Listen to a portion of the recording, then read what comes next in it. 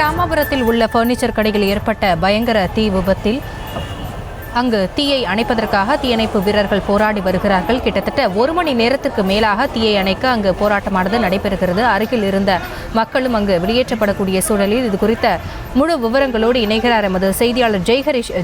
தீயை அணைப்பதில் என்னென்ன சவால்கள் இருக்கிறது, விவரங்களை வழங்கல். வணக்கம் மாசினி. சென்னை ராமாபுரம் பகுதியில் கடைகளில் ஏற்பட்டுள்ள தீயை ஆனது சுமார் 1 மணி நேரத்திற்கும் மேலாக பயங்கரமாக கொழுந்துவிட்டு எரிந்து வருகிறது. இதன் காரணமாக இந்த ராமாபுரம் பகுதியில் கடும் புகைமூட்டமானது ஏற்பட்டு பொதுமக்கள் அச்சத்திற்கு உள்ளாகியுள்ளனர்.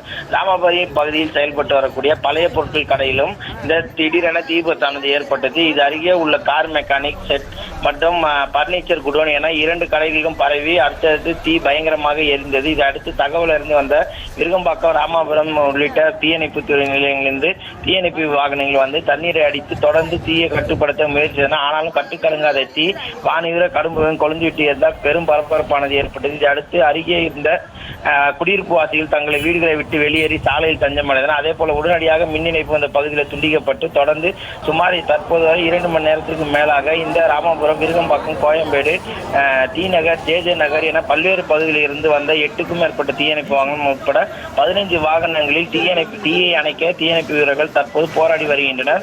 இந்த தீ விபத்தில் பழைய பொருட்கள் கடையில் இருந்த பிளாஸ்டிக் பொருட்கள், பர்னிச்சர் மற்றும் அந்த குடோனில் இருந்த கட்டில், மெத்தை, சோபா போன்ற பொருட்கள் முற்றிலுமாக எரிந்து சேதமாகியுள்ளது. மேலும் கார் ஷெட்டில் இருந்த காரும் எரிந்து விபத்தில் சேதமடைந்துள்ளதாகவும் தகவல் சொல்லப்படுகிறது. மேலும் இந்த விபத்து குறித்து எப்படி ஏற்பட்டது என்பது குறித்து ராமாபுரம் போலீசார் விசாரணையானது மேற்கொண்டு வருவது குறிப்பிடத்தக்கது. ஆசினி,